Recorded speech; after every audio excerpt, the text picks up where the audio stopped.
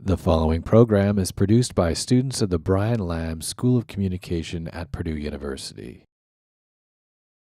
On this week's edition of Fast Track, we'll find out about a question with many answers and take a trip to a high-tech room on campus you may not know about. We'll also check out a local dog shelter, hear about a new student service, and find out about a new organization on campus. We'll learn about Purdue's atmospheric science program and meet students involved in Islamic Awareness Week. All of this and more is coming up next on Fast Track.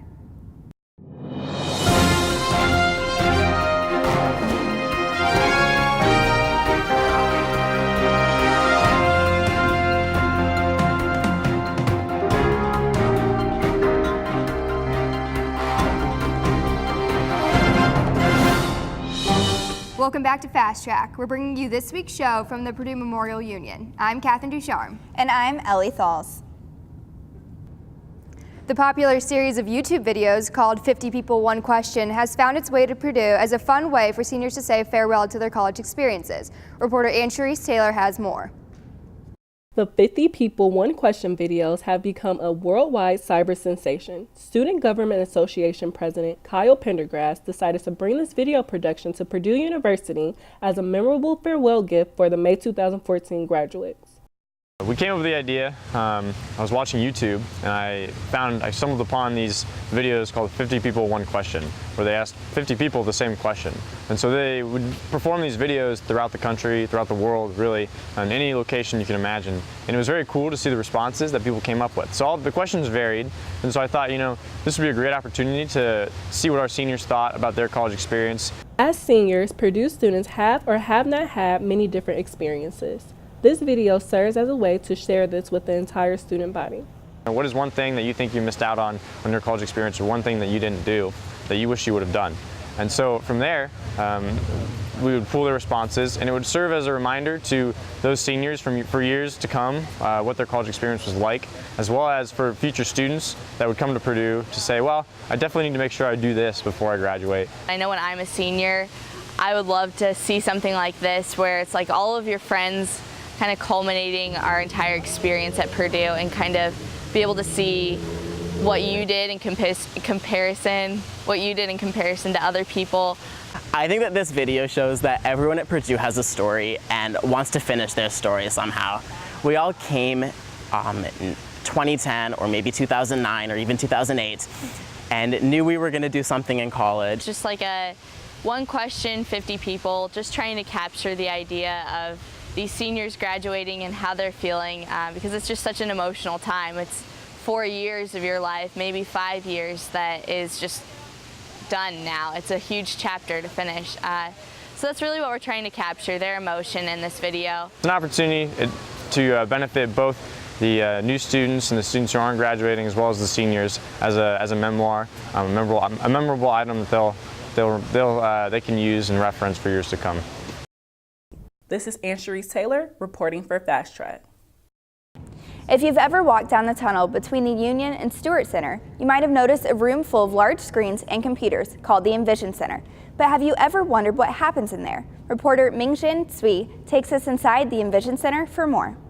Down under the Purdue Memorial Union, there's a place where it offers you a new perspective towards research data and maybe even towards the world. The biggest thing that the Envision Center really provides is the knowledge and the know-how that the faculty might not have enough time, as well as the resources and the technology that they might not be able to afford or might not have the time to invest in researching how to use it. So by having the Envision Center, we can actually help learn, let's say, a programming package or a visualization package that they might not be familiar with, or we can introduce them to new technologies or new techniques of visualization. CAVE is a reconfigurable virtual theater that allows environments and data virtualization to be experienced in new and engaging ways. One of our largest ongoing projects is with the pharmacy department. We have the virtual pharmacy clean room that we run here, and the pharmacy department has a regular ongoing update system through that program, and brings the students here to the Envision Center every year to utilize that as a part of the course curriculum. However, this $1 million facility may not be affordable for many researchers. The Envision Center is striving to develop programs that can be explored with much cheaper and portable devices. Able Lab is a virtual simulation of a chemical lab that can be toured from any computer with an internet connection. The purpose of Able Lab is to show people the difference of operating chemical procedure between people who can walk around without disability and people who are bound to wheelchairs. We made a scenario where you throw a grenade in a biochemical lab and you catch on fire and you go to the emergency shower to put it off. The emergency shower has two poles, a long one and a short one. The long one is for people who cannot reach high, for people who are on wheelchair. We're sort of looking at more holistic presentations of these materials. So we're not just creating one application that runs in the cave environment where you can navigate in here, but you have to come here. Instead, we're creating things that can be deployed to the web, simulations that can be deployed to the web, videos that you can watch on YouTube, things that can be displayed in the classroom. So how many Purdue students are engaged in these innovative projects? We currently have 9 student employees. We work with graduate, PhD, as well as undergraduate students from all across Purdue, across multiple majors, from computer graphics, computer technologies, engineering, computer science, as well as every once in a while we even get people from the arts department as well to work with our art assets. So there are 2 girls working at the Envision Center right now, Mary and I. Well, I've been working at the Envision Center for about 2.5 years now, and it's been one of the best experiences of my college career, really. All the different opportunities, all the different projects. I have learned so many things here that I would have never gotten in the classroom. Yeah, definitely there are sometimes it's very challenging because sometimes it's very hard for clients to communicate their needs for the project, and sometimes that they don't see the progress that we made like we see them from a developer's perspective. We conquer that by saying yes to the client all the time. If they really want that, we make it happen. I think it's actually what gets me up in the morning excited to come here every day and be able to basically have these very amazing, what are essentially toys, but to use them in such a fashion that are empowering researchers. I find that what I really enjoy doing is what I'm doing right now, which is working with the professors or other individuals, the clients who have these very, very interesting and important ideas to get their vision into a reality. For more information of Purdue Envision Center's projects and events, please go to www.rcac.purdue.edu. Reporting for Fast Track, Mingjian Cui. Coming up, we'll hear from our sports reporter and check out a local shelter in Lafayette that is doing all it can for man's best friend. We'll also meet Purdue's first student attorney. It's all coming up next on Fast Track. We are all Boilermakers, but we're also much more. We're history makers, exploring the farthest reaches of our universe, often when strapped to a rocket. We are hope makers, rebuilders of Haitian cityscapes who ensure they'll now withstand any disaster. We are difference makers, developers of drought-resistant crops that just might end world hunger. The fact is, what we make moves the world forward. We are Purdue, makers all. Welcome back to Fast Track. Our very own student sports reporter John Rawlings is here to give us a rundown on professional sports. Thank you, Catherine. First, I'd like to bring all you sports fans up to date with what's going on in the NFL. How about those Colts? They played quite a game in Indianapolis. Peyton Manning's homecoming was quite the talk coming into this game. Many fans thought the Broncos were going to put up big numbers against the Colts. However, that thought was wrong. Manning did not seem to be in his prime, and 4 turnovers in the entire game will normally result in a loss. And for the Broncos, that came to be true. Despite losing Reggie Wayne to a torn ACL for the season, Andrew Luck and the Colts played an amazing game and got a well-deserved win. The Bears now, they're a different story. The Bears lost quarterback Jay Cutler and linebacker Lance Briggs for about 6 weeks. Josh McCown stepped in for Cutler and did a fine job, but it wasn't enough to beat the Redskins. Both teams will be taking a much-needed bye week as they figure out what to do with these new injuries. Back to you guys. Thank you, John. If you or someone you know is interested in adding a dog to your family, keep your local shelters in mind. Natalie's Second Chance, located in Lafayette, is a no-kill dog shelter that does more than just your average shelter. Sarah Miller takes us there for more. Say hi, Natalie. Thanks you for taking me in and letting somebody adopt me. I got the best home ever. Dogs like Frankie find happy homes because of Natalie's Second Chance, a no-kill dog shelter in Lafayette, Indiana.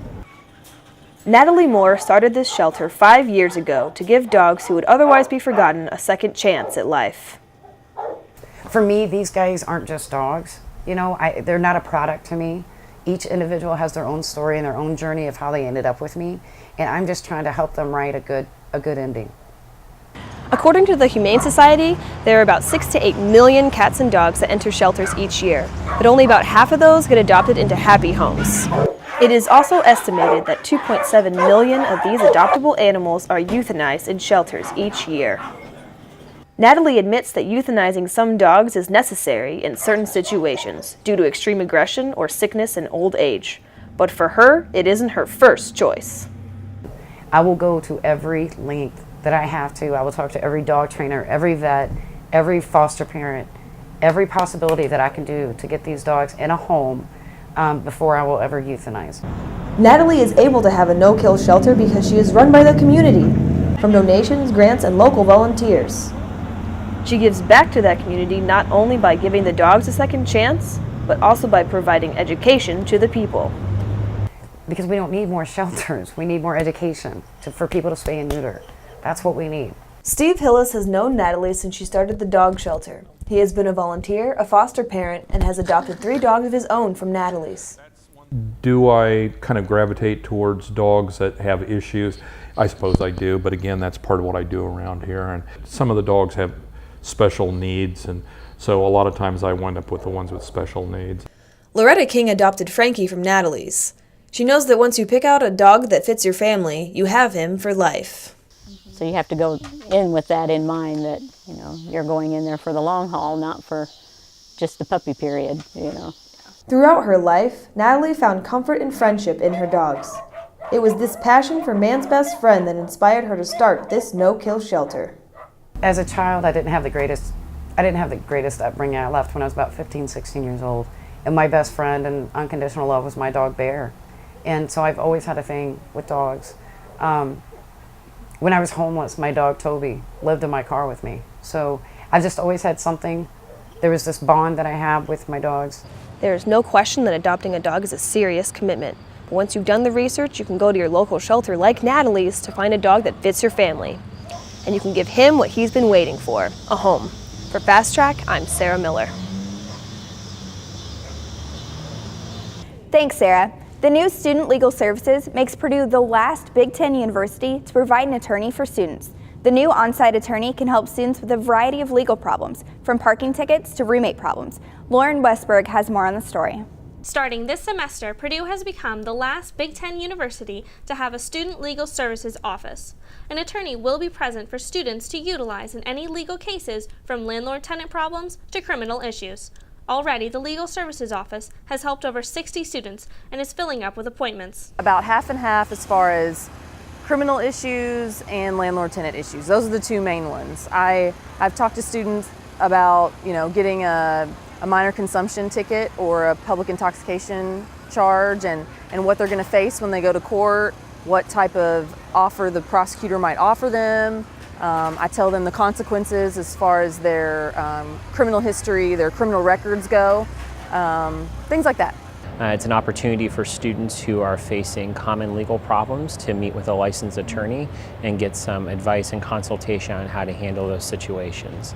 In addition, the program will also offer a lot of outreach to students about their legal rights and responsibilities that they have. This process of bringing legal services to campus for students began 3 years ago with former PSG President Brett Hiley, who ran this service on his platform. His successor, Joe Russ, continued his work by initially bringing to campus an attorney who visited a few times a month. He struggled a little bit with the funding, to find funding, whether it was through the Student Affairs Office or even student activity fees, or et cetera. So funding kind of was his barrier. And then finally with my year, when we developed the student activity fee, it created an opportunity for this position to actually be funded. And so we kind of took what he created and the platform that he laid down, and as far as the job description, what kind of person we're looking for, what the job would entail, things like that, and to combine that with the student activity fee as the funding. And that's when we made it a reality with that. The legal office does provide a great service to students on campus. However, it does have some shortcomings, meaning that students can't use the office for all of their legal needs. There will be some conflicts of interest. For example, if it's a student versus another student, then technically they would both be my client and I can't give both of them legal advice against the other. So that would be a conflict of interest. If the adverse party is Purdue affiliated, for example, if you work for Purdue and you feel like you were unfairly fired, that's a conflict because Purdue is my employer. The Legal Services Office hopes to grow in the next few years by extending its services to graduate students as well, and hopefully employing more attorneys for students to work with. This could mean an actual representation at court, as well as specialized lawyers for housing problems, criminal issues, and even international visa dilemmas. I just hope that they will come to me first before they seek out a private attorney in town. I do have a list of attorneys that I can refer them to if there's a legal issue that I can't help them with, but there's a lot of areas that I can help them. So I really hope that they will take advantage of the service that they are paying for. Monday through Friday by appointment, and is located in the basement of Schliemann Hall. Reporting for Fast Track, I'm Lauren Westberg. Up next on Fast Track, we'll look at a new organization on campus and learn about a science program that's giving students real-world experience. We'll also take a look into Islamic Awareness Week and check out what's happening in sports on campus. We'll be right back after this. It's one small step for man,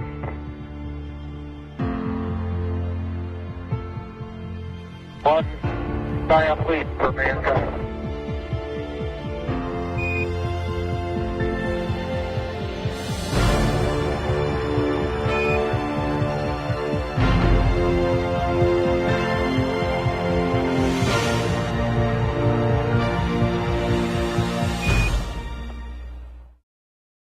Swipe Out Starvation is a new student organization on campus that is dedicated to helping students find ways to help alleviate hunger both locally and abroad. The organization has come a long way, and products from the organization can be found in dining halls and Grey House Coffee Shop. Fast Track reporter Jasmine Edwards looks into the journey of Swipe Out Starvation. If you've been to Grey House Coffee Shop lately, you may have noticed a new initiative they are supporting that has close ties with Purdue. Now, when you purchase Grey House products to curb your thirst or hunger, you can donate 99 cents to help Swipe Out Starvation do the same. Initially, students didn't really do a whole lot with the cards. They weren't familiar with what was going on or how the program worked, so I wouldn't say we had a lot of traction on Monday. Tuesday, once the word started to get out, it picked up a lot. Students got really excited and started taking as many cards as they'd be allowed to take. Asking us tons of questions, which was great. We had a lot of success at Earhart and Windsor. Earhart came in with the top sales number for the pilot week, and then Windsor came in a close second. Swipe Out Starvation is a student-led organization at Purdue that started just a few years ago. It began with a few students, Peter Bender, Jeff Wojcicki, and G.J. Gilliam, creating and acting on the idea to help alleviate hunger locally and globally in a way that would be tangible to students who have a meal plan and eat in the dining halls. The way the program works is that when students go into the dining hall food stores called On the Go, students can replace one of their 4 items with a Swipe Out Starvation card. The proceeds that would have went to that extra bag of chips or candy will now go to Lafayette Food Finders Food Bank or Land of a Thousand Hills Coffee Farm in Rwanda. Swipe Out Starvation actually meets the need. It's not a campaign for more attention necessarily or a hopeful attempt to bring support in. It's like actually generating dollars and getting it into the hands of the people who need it most, both locally and overseas. Since the way students pay for this food at the dining halls is by swiping their Purdue ID cards through the register, the name Swipe Out Starvation seems to be well suited. Anyone who is interested in participating in Swipe Out Starvation can do so at any of the on-the-go locations on campus or at Grey House Coffee Shop located at 100 Northwestern Avenue. This is Jasmine Edwards reporting for Fast Track. Purdue is known for its College of Engineering and College of Science programs. One small program within the College of Science that is not very well known due to its size is the Atmospheric Science program. Fast Track reporter James Parrish gives us a look at how the Atmospheric Science program came to Purdue and how its innovative ways of teaching are preparing students for their careers. It is here in Hampton Hall, formerly known as the Civil Engineering Building, where the Atmospheric Science program currently resides.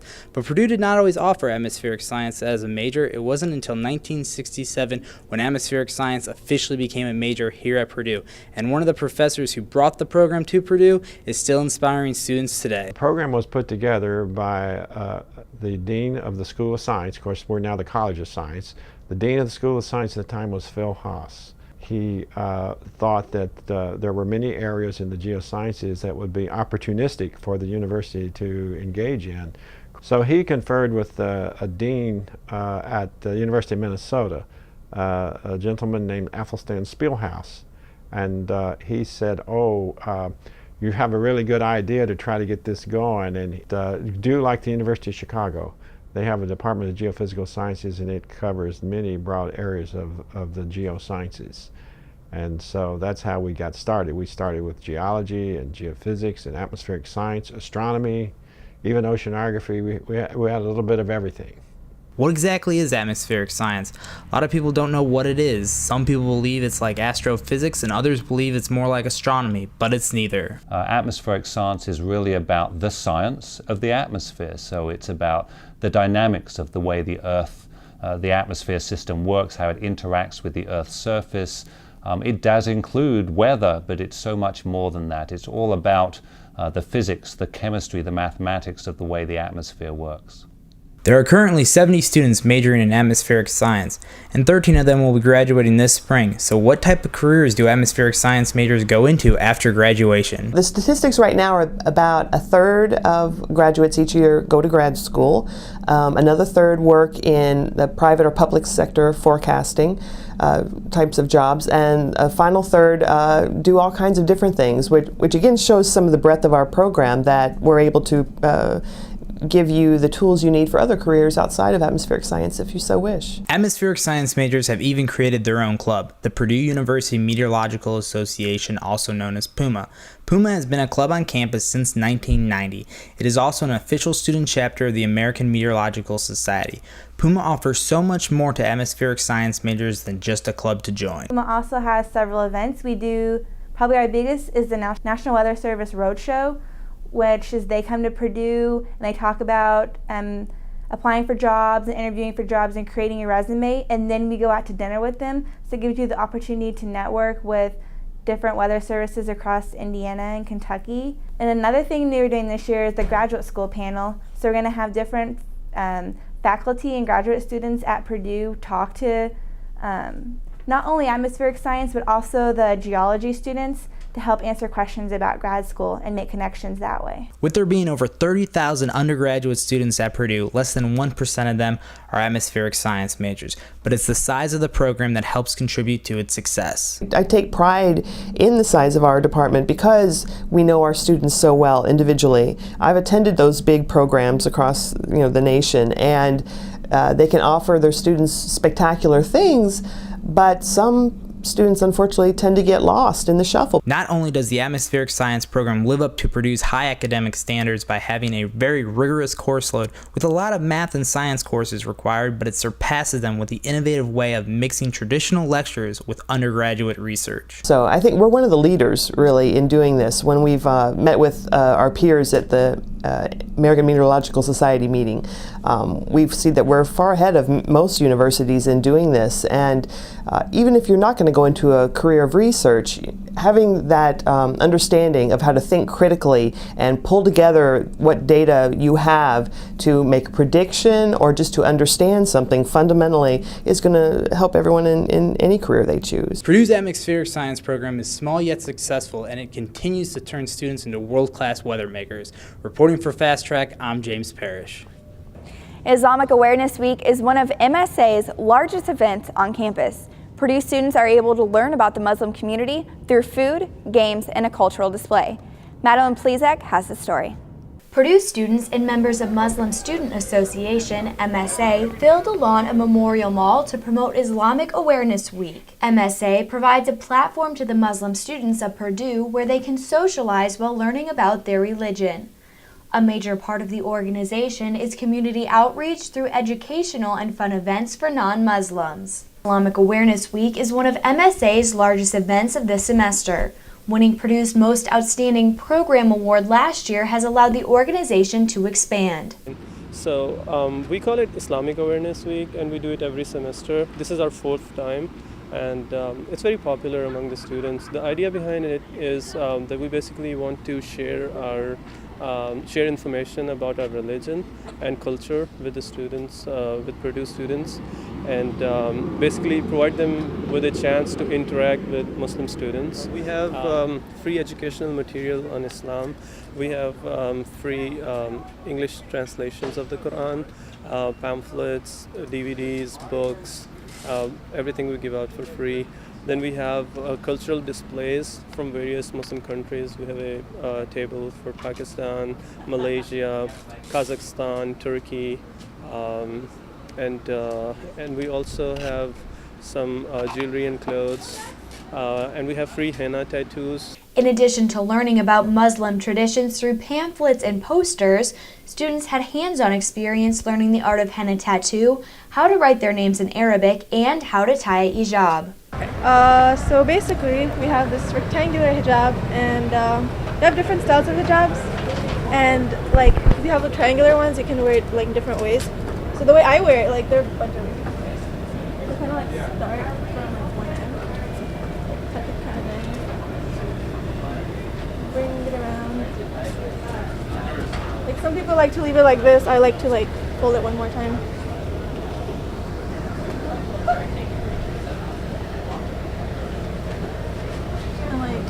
Some people would pin it up here, so I would like tuck it in from the side. Right in here. There we go. That's how we wear the hijab. Traditional Islamic clothing and offering free food attracted many Purdue students. I'm a student here in management and finance, a member of student government, and I honestly came by because I smelled the free food, but all the different cultural things are really interesting as well. You can learn about their hijabs and why you have to wear them over your head, and why they have turkey dogs instead of regular hot dogs. And you can meet a lot of interesting people that you otherwise wouldn't have had an opportunity to do. I'm from Turkey. This is my 3rd month here. I'm a new PhD student in engineering education. I'm coming from the Ankara, which is the capital of Turkey. We are displaying some artifacts from Turkey to inform people about the culture in Turkey. To learn more about MSA, visit www.purdue.edu/MSA. Reporting for Fast Track, I'm Madeline Plezak. Thanks, Madeline. Now let's check in with John Rawlings for another sports update. John, what was up with the Chicago-Washington game? We had a backup quarterback, 8 lead changes, and it was the 2nd highest scoring game this season in the NFL. You've got to give me some insight here. I know, Ellie, it's frustrating when your starter gets hurt, but hey, your backup did just fine. Maybe next week he'll be able to complete the job. But I'd like to fast forward to Purdue athletics. I'd like to start things off by congratulating Valerie on being named Big Ten Player of the Week. The women's volleyball team had a fantastic weekend and really seemed to be coming together as a team. They traveled to Ann Arbor this weekend to take on the number 17 Michigan Wolverines. Then we have football. If it couldn't get more depressing. Given Purdue did face the nation's top defense, they didn't look too bad. Yes, Danny Etling did throw a crucial interception, and yes, Paul Griggs did miss 2 field goal attempts, but hey, at least Purdue's defense showed up. Only truly allowing 7 points, the other 7 on an Etling sack fumble return for a touchdown, they looked good. This bye week should give them plenty of time to figure out a way to stop the double threat quarterback Braxton Miller.